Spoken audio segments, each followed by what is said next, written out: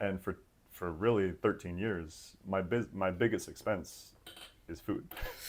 Yeah, I have no car, I have makes no sense. rent, I have no mortgage. I'm sure that's the same for most people too. Well, most people have mortgage is definitely a big For expense, sure, yeah. and But like car your payments biggest and like non like structured expense or whatever you want to call it, yeah. variable expense would be like food, But right? another big difference, like I said, about how we arbitrage what we do, we have online businesses that earn dollars, but we're living in Thailand, Bali, Latin America, Yeah. and food is a fifth of what it costs Yeah. in the U.S. That's especially if you go to food courts. I just Right. kind of realized that I don't know why I didn't realize this recently, but food courts, man, especially here in Thailand, Singapore, any expensive country, you can get a meal for two people for like $6. And a good meal. Yeah, a Yeah. really good meal, Yes. exactly. So $6 is French fries Yeah, at a I know. bar in the U.S. Like, Yes.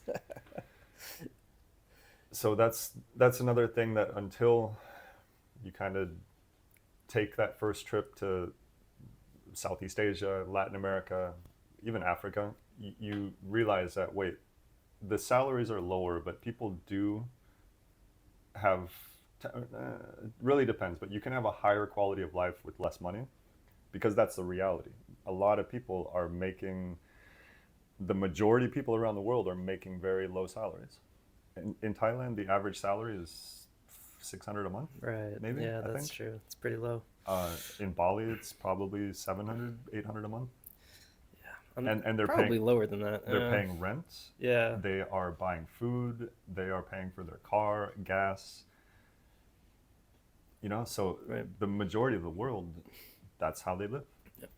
And the average American 800 is just covering a few insurance bills maybe. Right. No one could live on 800 in the U.S. I mean, unless you like live with your parents and don't do it. Right. And that's because it's a different economy, different prices, and Yeah, that's why arbitrage is so huge for people like us that do online business. that's true. Yep. Yeah. So when you first started with point redemptions, you were already traveling before that, right?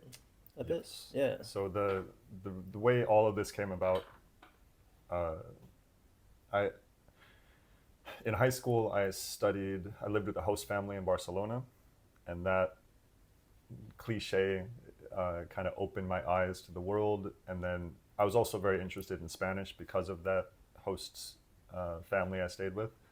So I studied abroad in Costa Rica, Mexico, still loved Spanish, still loved Latin America, saved up money, did a bicycle trip across South America.